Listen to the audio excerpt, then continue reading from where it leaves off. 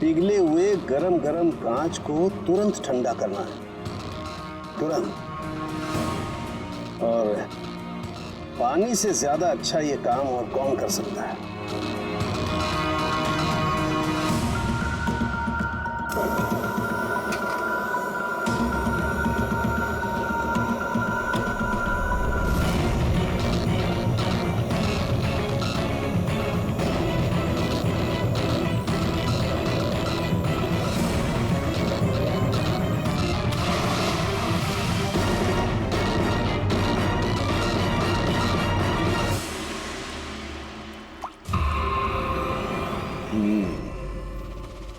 तो ऐसे बनी ये कांच की बूंद। लेकिन जस्टिस राय की जिस बूंद से मौत हुई थी वो तो काफी बड़ी थी। ठीक है, मैं भी एक बड़ी बूंद बनाने की कोशिश करता हूं।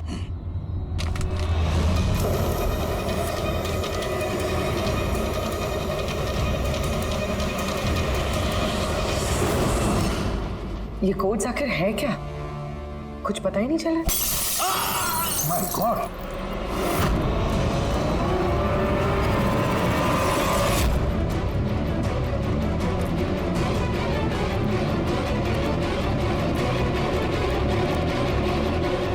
अरे सर!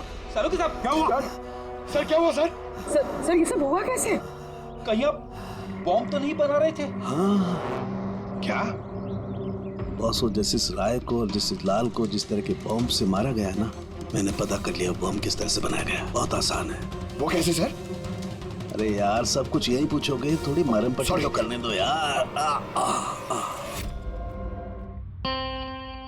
बस कांच के इस बूंद जैसे आकार को सिर्फ एक ही तरीके से बनाया जा सकता है, गरम गरम पिघले हुए कांच को पानी में गिराकर।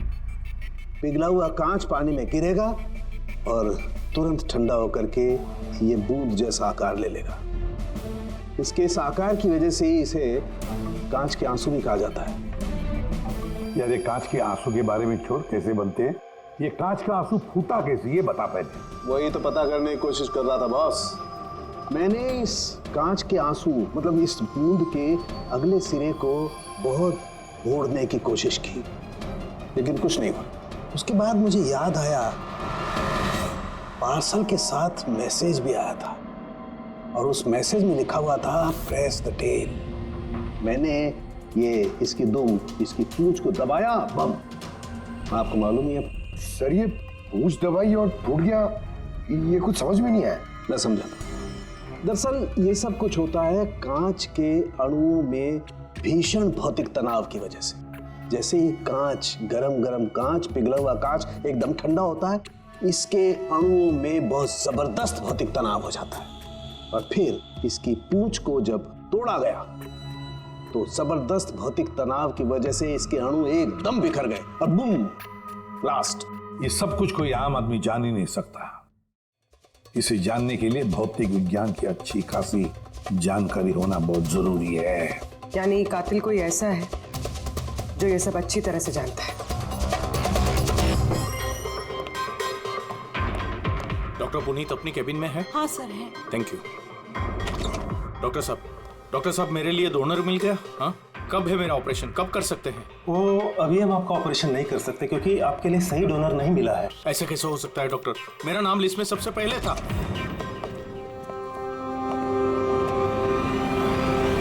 देखिए, मेरी सजा काट चुका हूँ पूरी तरह से, फिर आप लोग मुझे कहाँ लेके जा रहे हैं? मैंने ऐसी कोई गलती भी नहीं की है। जस्टिस राय का खून हो गया है। क्यों किया खून? जस्टिस राय का खून? लेकिन मैंने कुछ नहीं किया। आपने शॉपटाउन वेबसाइट से जस्टिस राय के लिए उनके जन्मदिन पे तोहफा भेजा था ना? नहीं तो मैंने कोई तोहफा नहीं भेजा था। तुमने कुछ नहीं किया तो फिर तुम अंडरग्राउंड क्यों थे? देखिए, मैं अंडरग्राउंड नहीं हुआ था। सचमुच मेरी तबीयत खराब रहती है, इसलिए शहर से बाहर हेल्थ स्पा ज्वाइन कर लिया है मैंने। जेल से छूटने के बाद मैं वही रहता हूँ। और वो पार्सल, कांच का अजीब सा शोपीस जो आपने जस्टिस राय को भेजा था शॉपथॉन वेबसाइट से, जिसपे आपका कॉन्टैक्ट डिटेल्स भी था।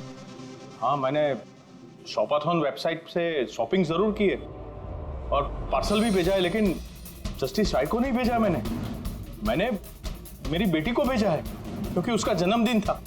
मेरी वाइफ मुझसे नाराज है, इसलिए मेरी बेटी को मुझसे नहीं मिलने दे रही है। तो मैंने वो शॉपाथॉन वेबसाइट से गिफ्ट खरीदा और मेरी बेटी को पार्सल कर दिया।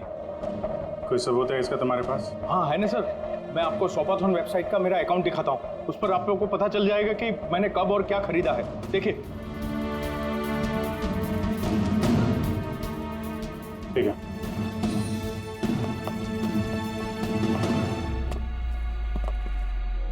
ये आदमी तो वाकई सच बोल रहा है। इसने तो वो गिफ्ट अपने बेटी के लिए खरीदा था, और वो भी जस्टिस राय की मौत के 2 हफ्ते पहले।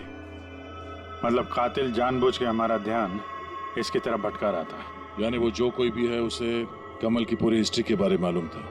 उसने उसके घर से वो पार्सल का डब्बा चुराया, उसमें कांच का सामान रखा और किसी तरह से जस्टिस राय तक पहुंचा दिया। कातिल वही है जिसने ये पार्सल जस्टिस राय तक पहुंचाया।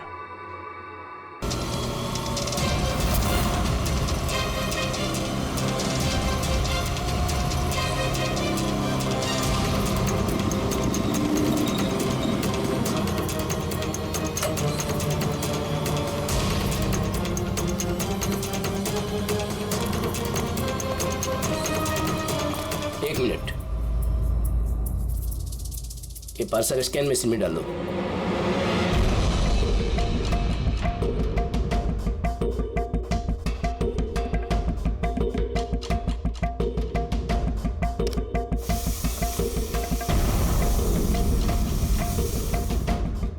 ये पार्सल रिसेप्शन में दे दो।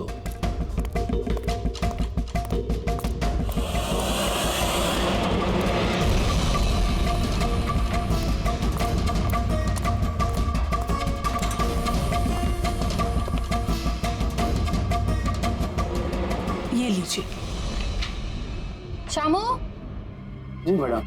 ये पार्सल लो, जस्टिस राय के लिए आया है। वो ऊपर प्राइवेट लॉज में बैठे हैं, उनको दे दो। बाप रे, जस्टिस राय, उनके पास कौन जाएगा? क्यों, क्या हुआ? अभी 10 बातें सुना देंगे। Check and met. राय, शतरंज खेलना भूल गए? ऐसी कोई बात नहीं है, मैं बस आज तगड़ा खेलने के मूड में नहीं हूँ। और सुनो, तुम भी आज मुझे हराने की कोशिश नहीं करोगे, समझे? क्यों भाई, तुम्हारा जन्मदिन है इसलिए? बिल्कुल, बहुत अच्छा गेम खेला तुमने। एक और खेले? ठीक है।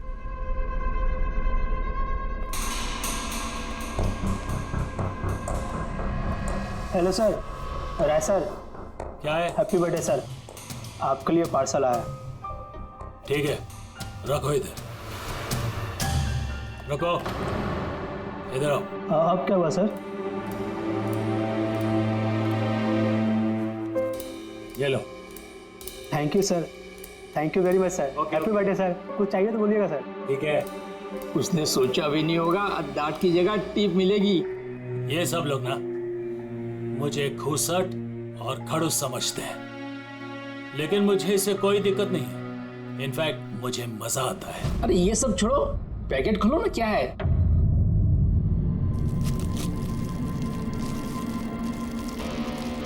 ये है क्या? देश के सर्वश्रेष्ठ कानूनी दिमाग को सम्मान पूर्वक भेंट। कोई नाम नहीं? Press the tell.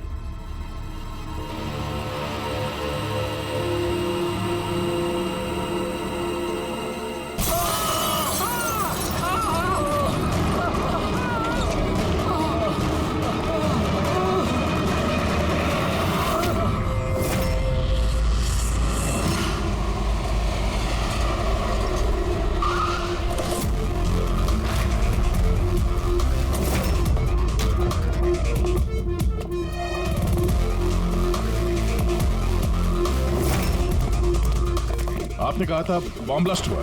हाँ सर, लॉन्च में सर, वो दोनों वहीं थे सर।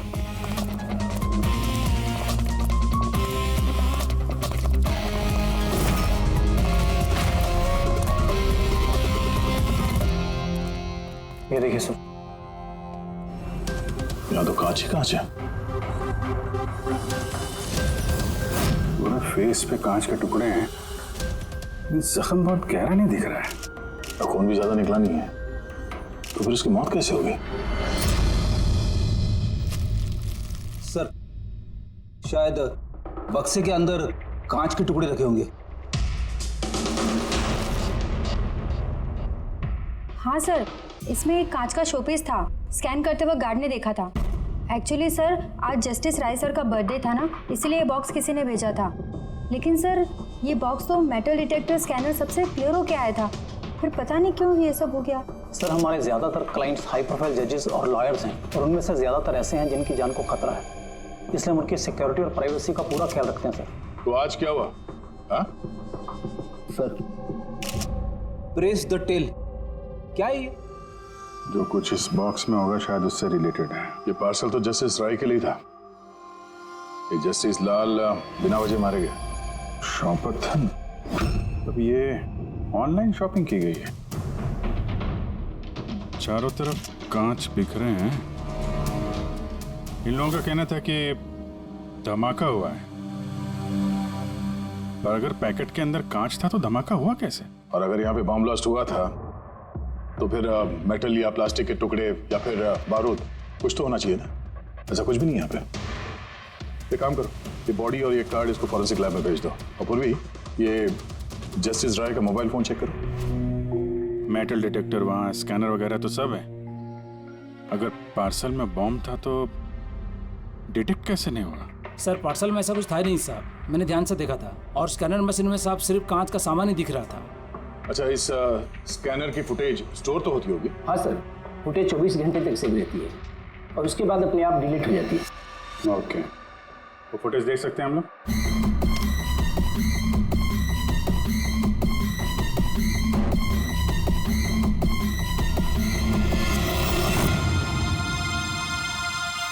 ये क्या? कोई शोपीस तो लग रहा है। देखिए सर, कहीं कोई मेटल है ही नहीं और इतना पारदर्शी कांच ही हो सकता है। जब वो डिलीवरी बॉय आया था तब की फुटेज है? हाँ सर, पर कल बारिश की वजह से सीसीटीवी कैमरा खराब हो गया था। आप कह रहे थे सिक्योरिटी का बड़ा इंतजाम है, ये आपका इंतजाम है? Sorry sir.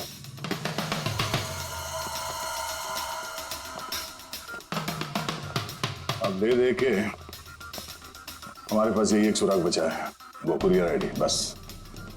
चलो, एक छोटा सुराग तो हाथ लगा। बाकी फॉरेंसिक लैब में साड़ू के साथ भी कुछ ना कुछ जरूर ढूंढ निकालेंगे।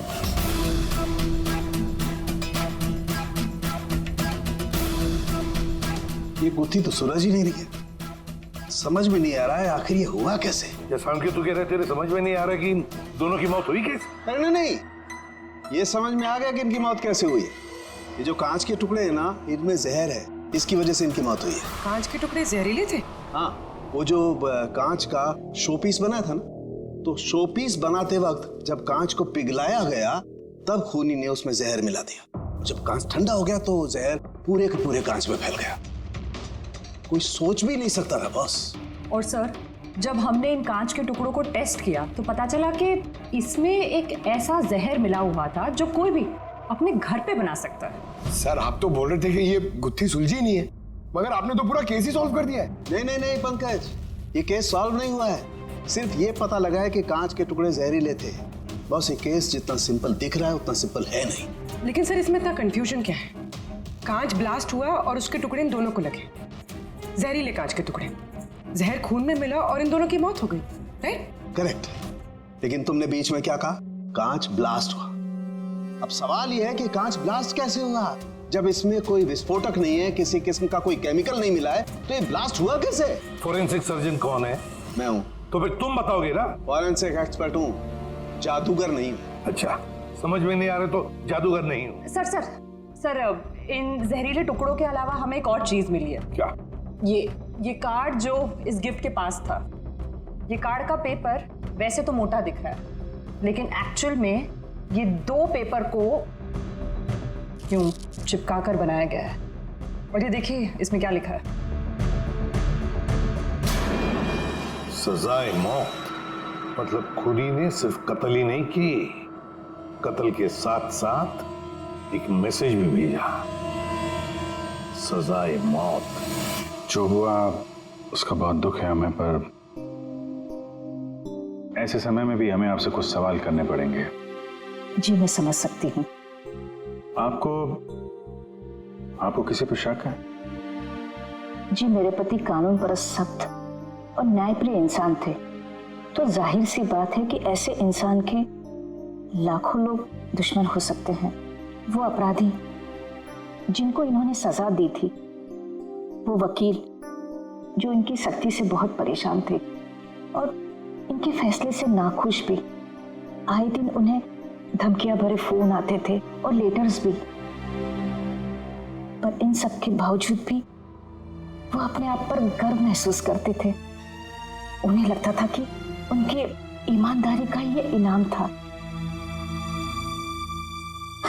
I'm sorry, इससे आगे मैं और कुछ आपको बता नहीं पाऊंगी, पर हाँ, आनंद आपको सब कुछ बता देगा। आनंद? आनंद कौन है? आनंद इनका पर्सनल असिस्टेंट है। कहाँ मिलेंगे मिस्टर आनंद? वो मेरे पति के चेंबर में ही ऊपर बैठकर काम कर रहे हैं। आप चाहे तो उन्हें मिल सकते हैं। मिस्टर आनंद, जस्टिस राय पे बहुत सारे हमले हुए थे, बहुत लोग दुश्मन थे उनके। क्या जानते हैं इनके बारे में आप? सर, उनको धमकी देने वाले लोगों की कमी नहीं थी। अच्छा, ऐसे कितने लोग थे जिन्होंने जान से मारने की धमकी दी थी? अनगिनत। ये धमकियों को ट्रॉफी के जैसे संभाल कर रखते थे। 1 मिनट सर।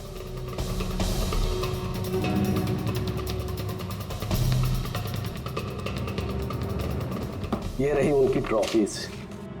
ये सचमुच ज्यादा है। लोग उन्हें बहुत सख्त समझते थे, लेकिन सच पूछो तो सर बड़े ईमानदार और न्यायप्रिय थे।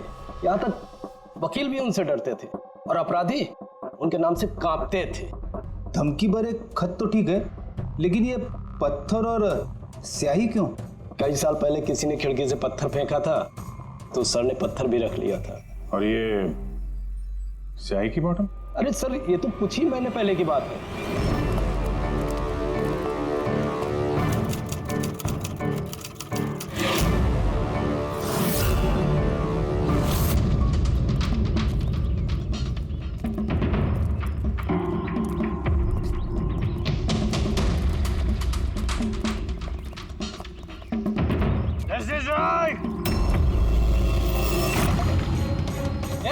क्या कर रहे हो? तुम्हारी इसी स्याही ने मेरी जिंदगी बर्बाद की थी, याद है ना? अभी चाहकर भी भूल नहीं पाओगे मुझे, नहीं भूल पाओगे तुम। रखो, आनंद जाके बॉटल लाओ। ठीक है सर। ओके। अब ये बॉटल सोवेनियर बनेगी हमारी स्टडी रूम में। Yes sir. कमल को इस हरकत की वजह से फिर से जेल हुई, शायद अब भी जेल में ही हो। रेडी? ये सारी चीजें अपने कब्जे में ले लो। और मिस्टर आनंद, जज साहब को जिन जिन लोगों ने धमकी दी है, सबकी डिटेल चाहिए हमें, सबकी लिस्ट चाहिए। यार वीरेन प्लीज यार, एक बार फिर से पता करो यार, शायद कुछ पता चल जाए। सर, जब ये पॉसिबल है ही नहीं तो पता चलेगा कैसे? देखिए, आप सिर्फ मुझे कांच के टुकड़े दिखा रहे हैं, ना इसमें बारूद है, ना केमिकल है, ना कोई मेटल, और कोई विस्फोटक पदार्थ भी तो नहीं है इसमें कि हमें पता चल सके कि ये ब्लास्ट की वजह क्या है। अरे यार वीरेन, वहां पर जो कुछ था वही दूंगा ना, वहां पर सिर्फ कांच के टुकड़े थे और कुछ नहीं था। तो सर, ये बॉम्ब ब्लास्ट है ही नहीं, क्योंकि दुनिया में ऐसा कोई भी बॉम्ब नहीं बना है जो सिर्फ कांच के टुकड़ों से बना हो। कांच में विस्फोटक गुण होते ही नहीं है सर, ट्राई टू अंडरस्टैंड। मुझे मालूम है कांच में विस्फोटक गुण नहीं होते, लेकिन वहां पर ब्लास्ट हुआ है, ब्लास्ट में सिर्फ कांच के टुकड़े मिले और कुछ मिला ही नहीं है यार। तो सर, आई विश कि आप ये केस जल्द से जल्द सॉल्व कर लें, ताकि हमें भी तो पता चले कि ये ब्लास्ट हुआ कैसे। सर आप लोग कांच के गुणों के बारे में बात कर रहे हैं ना? मैं ऐसी किसी को जानती हूँ जो हमारी हेल्प कर सकती है। ग्रेट सर, उसको हर तरह के कांच के बारे में पता है। आई थिंक हमें एक बार उससे मिल लेना चाहिए। मिलते हैं तारिका, तुम जिससे कहोगे उससे मिलते हैं, बस मुझे सिर्फ ये पता करना है कि आखिर ये ब्लास्ट हुआ कैसे।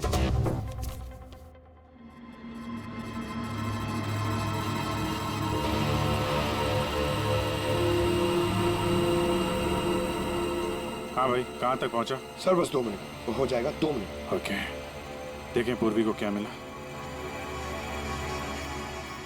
फोन से कुछ पता चला राय साहब के? हाँ सर, कुछ अजीब से मैसेजेस मिले हैं जस्टिस राय और जस्टिस लाल के बीच। अजीब मैसेज? कैसे हैं? ये देखिए सर, ये मैसेजेस हैं या शायद कोई कोड्स हैं जो नंबर्स और लेटर्स को मिला के बनाए गए हैं। ये देखिए सर, ये मैसेजेस जस्टिस राय ने जस्टिस लाल को 2 बार भेजे, एक बार 3 महीने पहले और दूसरी बार सिर्फ 1 महीने पहले। अब या तो ये इन दोनों दोस्तों के बीच का कोई सीक्रेट कोड है, या तो फिर कोई ऐसी खास बात है जो जस्टिस राय जस्टिस लाल को बताना चाहते हैं। एक काम करो, ट्राई करो डिकोड करने के लिए, देखो कुछ पता चलता है क्या। हाँ, ये लिस्ट पूरी हुई? हाँ सर, जस्टिस राय के पीए आनंद ने जो हमें धमकियों के बारे में बताया था सर, उस हिसाब से हमने ये 3 सस्पेक्ट की लिस्ट बनाई है। 3 भागों में क्यों, क्या है? अब यहाँ पे जितने लोग हैं इनमें से सभी लोगों ने कभी ना कभी जस्टिस राय को धमकी दी है और इनमें से ज्यादातर लोग जेल में भी है। लेकिन ये वनेश, ये एक मर्डर के केस में अंदर गया है और बाद में इसकी दिमागी हालत ठीक नहीं है, इसलिए इसे रिहा कर दिया गया। और ये कमल जी, इन्होंने जस्टिस राय पे स्याही फेंकी और इस जुर्म में इन्हें अंदर कर दिया गया। फिलहाल ये कहाँ पर है उसकी कोई जानकारी नहीं है। सर ये दूसरी लिस्ट जो है, इसमें से ये 3 लोगों को सजाए मौत दी हुई है सर जस्टिस ने, और ये अभी भी जेल में अपनी सजा काट रहे हैं। 3, ये चौथा, ये कौन है? सर ये है किशोर जी, इनके बेटे को जस्टिस ने 3 साल की सजा दी थी सर, और न्यूज़ में एक आर्टिकल आई थी कि ये सजा ज़्यादा देने की जरूरत नहीं थी और इस वजह से वो शायद डिप्रेशन में होगा और उसने अपनी आत्महत्या कर ली सर। तो इस किशोर के पास अच्छी खासी वजह है बदला लेने की। और ये है धवन, ये एक वकील है पेशे से, और अजीब बात ये है कि पिछले साल इसने जस्टिस राय के कोर्ट में बहुत सारे केसेस लड़े पर वो एक भी जीत नहीं पाया, सारे हार गए। तो कहीं ये हारा हुआ वकील बदला लेने के चक्कर में राय साहब को, हाँ ये भी हो सकता है कि ये कोई काबिल वकील ही ना हो। तो अब कुल मिला के हमारे पास बचते हैं 4 सस्पेक्ट, एक ये कमल, वनेश, किशोर और धवन। सर गिफ्ट भेजने वाले का पता चल गया, वो गिफ्ट कमल ने भेजी थी और शॉपेथॉन वालों ने कुरियर की आईडी से पता किया है। तो उनके पास उसका एड्रेस तो होगा ना? नहीं सर, एड्रेस का तो पता नहीं चला। कोई बात नहीं, कमल जिस जेल में था वहां से पता चल जाएगा, वहां चलते हैं। सॉरी ऑफिसर, लेकिन हमें उसे 1 महीना पहले ही छोड़ना पड़ा। जज पे हमला किया था, इतनी जल्दी छूट गया? एक मिनट, आपने कहा कि उसे छोड़ना पड़ा, लेकिन क्यों? उसकी तबीयत की वजह से, क्योंकि सालों से उसको नशे की लत थी। 7 साल पहले वो एक केस में पकड़ा गया था, वहाँ उसने पीना छोड़ दिया, लेकिन जेल से छूटने के बाद फिर उसने पीना शुरू कर दिया, इसलिए उसका पूरा लीवर खराब हो चुका था। ये भी तो हो सकता है कि उसने लीवर खराब होने का बहाना किया हो। नहीं सर, हमने डॉक्टर से कंफर्म करके उसे छोड़ा था। अच्छा, उसका एड्रेस तो होगा ना आपके पास, वो दे दीजिए। एड्रेस तो है, लेकिन मुझे लगता है वो वहाँ नहीं मिलेगा, वो हॉस्पिटल में ही मिलेगा, क्योंकि उसे जल्द से जल्द लीवर ट्रांसप्लांट करने की जरूरत थी। लेकिन जहाँ तक मुझे पता है कि शराब के आदी लोगों को लीवर ट्रांसप्लांट की इजाज़त नहीं मिलती है। मिलती है, अगर शराबी कम से कम 6 महीने तक शराब ना पिए तो, और यहाँ जेल में तो मिलने से रही, इस बिना पे हमने उसको permission they the. Okay sir, thank you. अगर ऐसा है तो अपनी जान बचाने के लिए उसने कहीं ना कहीं किसी हॉस्पिटल में रजिस्ट्रेशन तो करवाया ही होगा।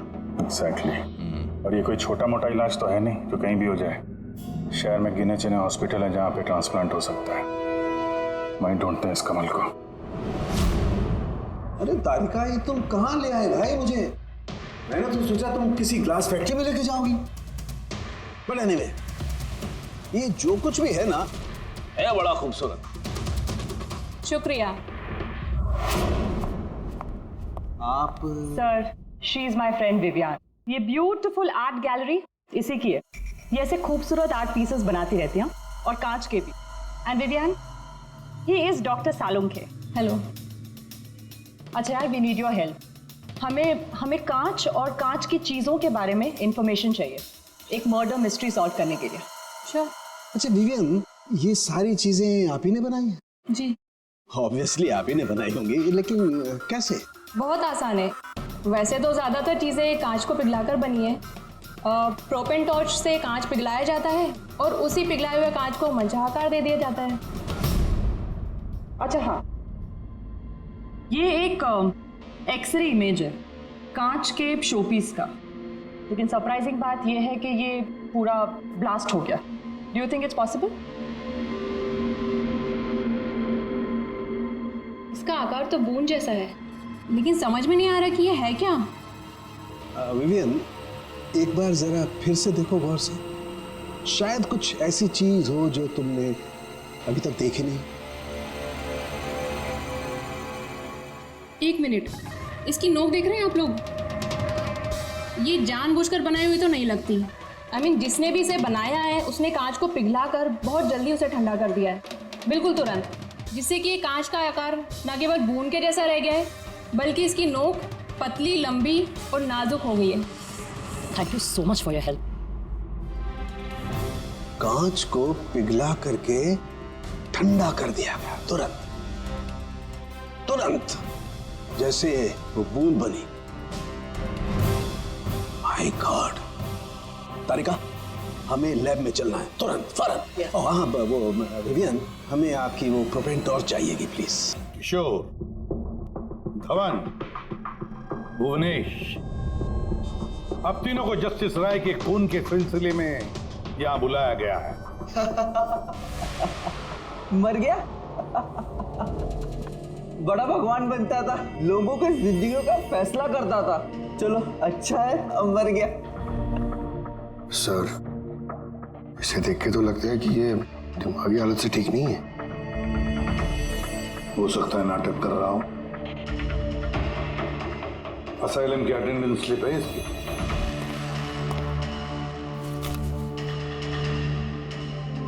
सर, इसमें तो लिखा है कि 1 महीने से बाहर ही नहीं गया असाइलम से। ये रिपोर्ट खुद डॉक्टर ने बनाई, ये देखिए। ठीक है, ले जाओ इसे। चलो चलो उठो।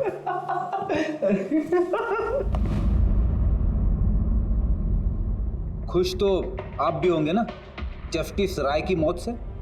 देखिए, मैं मानता हूं कि मेरे बेटे ने गलती की थी, गलत संगत में पड़ गया था वो, लेकिन न तो उसका गुनाह इतना बड़ा था और न ही उसकी उम्र कि उसे माफ न किया जा सके।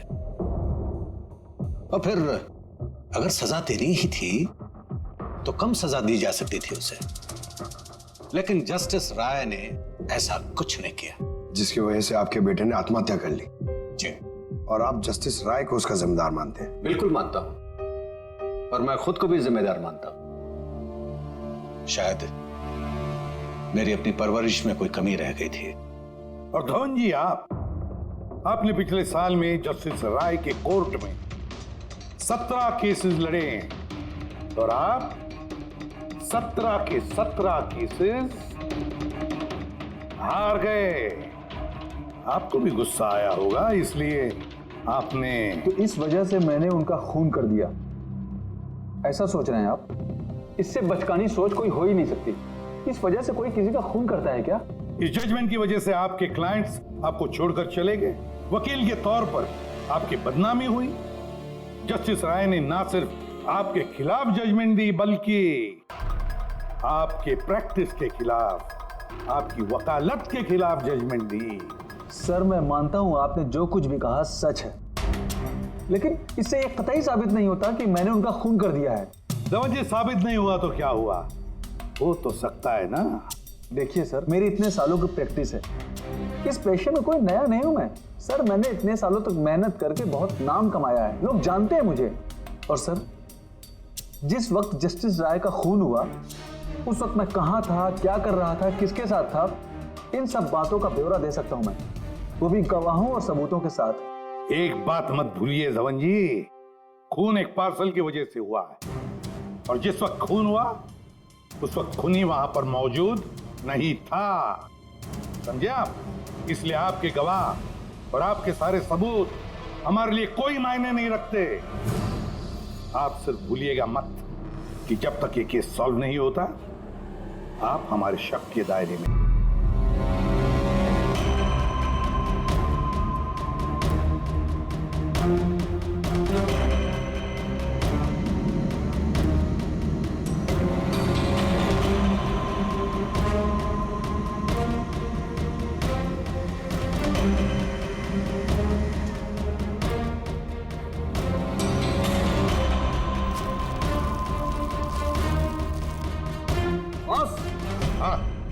एक मिनट जरा,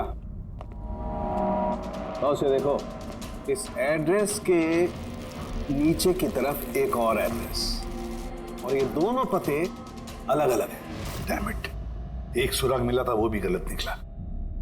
मतलब कमल बेकसूर है। बस मैं इस कागज को लैब में ले जाकर के अच्छी तरह से चेक कर लेता हूँ। ठीक है सब मिल गया। एक सबूत गया तो दूसरा मिल गया, कोड डिकोड हो गया। कोड में क्या है? सर वो कोई कोड्स नहीं है, सिंपल मैसेजेस है।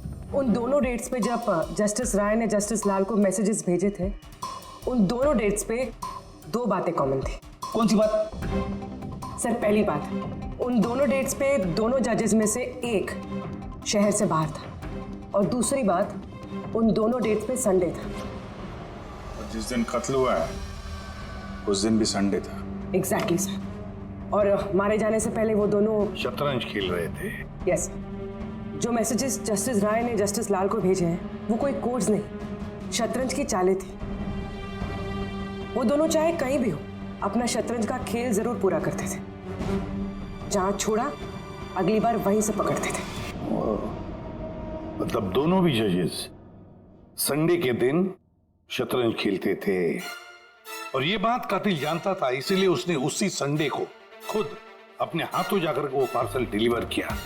वो जानता था कि जस्टिस राय वहां होंगे। सर वो ये भी जानता था कि जस्टिस लाल भी वहां पे होंगे। बिल्कुल सही कहा तुमने अभिजीत, बिल्कुल सही कहा। हम तो ये सोचकर चल रहे थे कि कातिल ने जस्टिस राय पर हमला किया, पर उस एक्सप्लोजन में जस्टिस लाल की जान बेवजह चली गई। हालांकि असली बात तो ये है, कातिल चाहता था कि जस्टिस राय के साथ साथ जस्टिस लाल को भी खत्म कर डाले। किशोर, जतिन, भुवनेश, इन तीनों की कुंडली निकालो, देखे तो सही कि इनमें से किसी के पास कोई वजह थी इन दोनों जजेस को मारने की। और फिर धवन, पता लगाओ उसके सारे के सारे केसेस उसने जस्टिस लाल के कोर्ट में लड़े थे, वो क्या है और किसके हैं। सर, हाँ सर, धवन के बारे में पता करके आ रहा हूँ। जस्टिस लाल के कोर्ट में सर वो 100 में से 75 केसेस आ रहा था। सर, हाँ सर, जतिन के जेल रिकॉर्ड्स मिल गए। उसके वकील ने डिप्रेशन के बिना पे जतिन को छोड़ने की अपील की थी, और उसकी अपील ठुकरा दी गई थी। जज कोई और नहीं, जस्टिस लाल ही थे। तो जतिन के पिता किशोर के पास अच्छी खासी वजह है कत्ल करने की, पर इतना पेचीदा प्लान वो बना पाएगा? वही तो सर, किशोर एक स्कूल टीचर है, उसे कैसे पता होगा कि कांच के आंसू से किसी की जान जा सकती है? ये तो इस बात पर निर्भर है कि किशोर मास्टर जी स्कूल में कौन सा विषय पढ़ाता है। पता लगाओ ये कौन सा सब्जेक्ट पढ़ाता है स्कूल में। रही बात धवन की, उसके पास तो एलिबाई है, तो बस इन दोनों के एलिबाई फिर से चेक करो अच्छी तरह से। बच्चों, आज मैं तुम्हें एक नया एक्सपेरिमेंट सिखाऊंगा। जानते हो किसका? कलर्स का एक्सपेरिमेंट। रेडी? ये देखो, दूध है। अब मैं इसमें डिफरेंट कलर्स के एक एक ड्रॉप डालूंगा।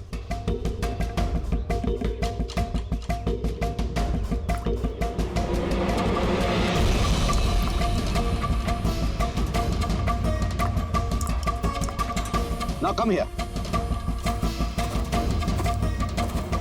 देखो बेटा, अब जब मैं ये बर्ड इसके अंदर डालूंगा तो तुम्हें देखने को मिलेगा कि अणु किस तरीके से प्रक्रिया करता है। देखो,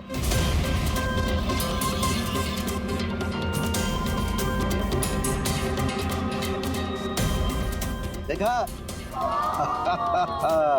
इसे कहते हैं विज्ञान का जादू। कमाल है। नहीं, मैं आपके प्रयोग की बात नहीं कर रहा हूं, आपके बारे में बात कर रहा हूं। आपने कभी बताया नहीं कि आप विज्ञान पढ़ाते हैं? आप लोग यहाँ? मैं तो बस वो प्राथमिक विज्ञान पढ़ाता हूँ। आपने बच्चों को वो कांच के आंसू वाला प्रयोग दिखाया नहीं? कैसे पूछ दबाते ही ब्लास्ट हो जाता है। हा? आप क्या बात कर रहे हैं? मुझे नहीं पता। आपको सब पता है। अब जरा इन बच्चों को जाने के लिए कहिए। बच्चों, आज के लिए छुट्टी, बाकी की पढ़ाई कर जाओ तुम लोग। प्रोफेसर को पहचानते हैं आप?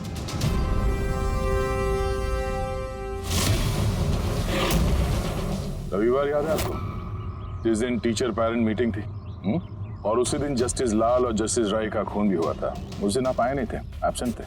इस केस में जिन लोगों पे हमें शक था उनकी एलिबाइज, यानी कत्ल के वक्त वो कहाँ थे, किसके साथ थे, उसका पूरा ब्यौरा सबूत के साथ हमारे पास है, सिवाय आपके। रविवार को आप कहाँ थे? मैं घर पे ही था, मेरी तबीयत नहीं ठीक थी इसलिए मैं जा नहीं पाया। झूठ, आप घर पे नहीं क्लब हाउस में थे। जस्टिस राय को वो पैकेज डिलीवर करने गए थे। अगर मैं मान लूं कि आप ठीक कह रही हैं, कोई सबूत है आप लोगों के पास? सबूत तो खैर अभी नहीं है। अच्छा, ये जो आप ये जो प्रयोगशाला यहाँ बनाया हुआ आपने, यहाँ पे जो बच्चों को दिखाते हैं, इसके अलावा कहीं प्रयोग करते हैं या यही जगह है? नहीं, बस यहाँ पे यही एक खुली बड़ी जगह है जहाँ मैं बच्चों को कुछ इंटरेस्टिंग प्रयोग बताता हूँ। अच्छा,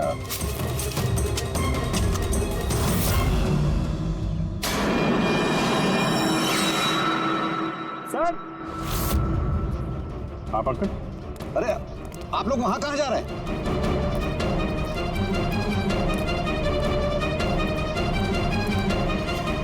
अरे ये क्या कर रहे हैं आप? प्रोफेसर साहब, आपको सबूत चाहिए था ना, वही ढूंढ रहे हैं। सर, पहचान रहे हैं ना इसे आप? ये तो एक टुकड़ा है, ऐसे बहुत सारे टुकड़े यहाँ मिलेंगे अगर यहाँ पे आसपास खोदा गया तो। ये आपको भी पता है। ये कोई साधारण कांच के टुकड़े नहीं है डॉक्टर साहब। आपने जो एक्सपेरिमेंट्स किए थे और जो प्रयोग सफल नहीं हुए, आपने उन कांच के टुकड़ों को लाकर यहाँ पर दबा दिया, है ना? अभी आप सच बोलेंगे कि इस कांच को हम जाके टेस्ट करें? क्योंकि अगर इसने टेस्ट किया तो इसमें वो जहर जरूर मिलेगा। हाँ, मैंने ही उन दोनों को मारा है, क्योंकि उन दोनों ने मिलकर के मेरे बेटे को मारा है। मैंने उसी वक्त ठान लिया था कि इन दोनों से अपने बेटे की मौत का बदला लूंगा मैं।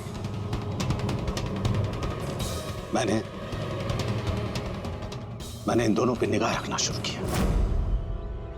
एक दिन बच्चों के लिए इंटरनेट पे कुछ अनोखे प्रयोग ढूंढ रहा था मैं, तभी मुझे ये कांच के आंसू का प्रयोग मिला। मैंने सोच लिया कि अपने बेटे को इंसाफ दिलाने का यही एक तरीका है। मुझे पता था कि कमल जस्टिस राय पे स्याही फेंक चुका है और अभी अभी जेल से छूटा है। मुझे उसकी बेटी के बारे में भी पता था। मैं जानता था कि वो उसे बर्थडे गिफ्ट जरूर भेजेगा। अरे भाई साहब, ये भी लेना।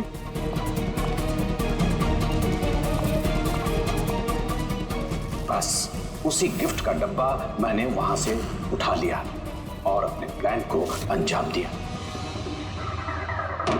मैंने उसे बहुत सावधानी से पैक किया।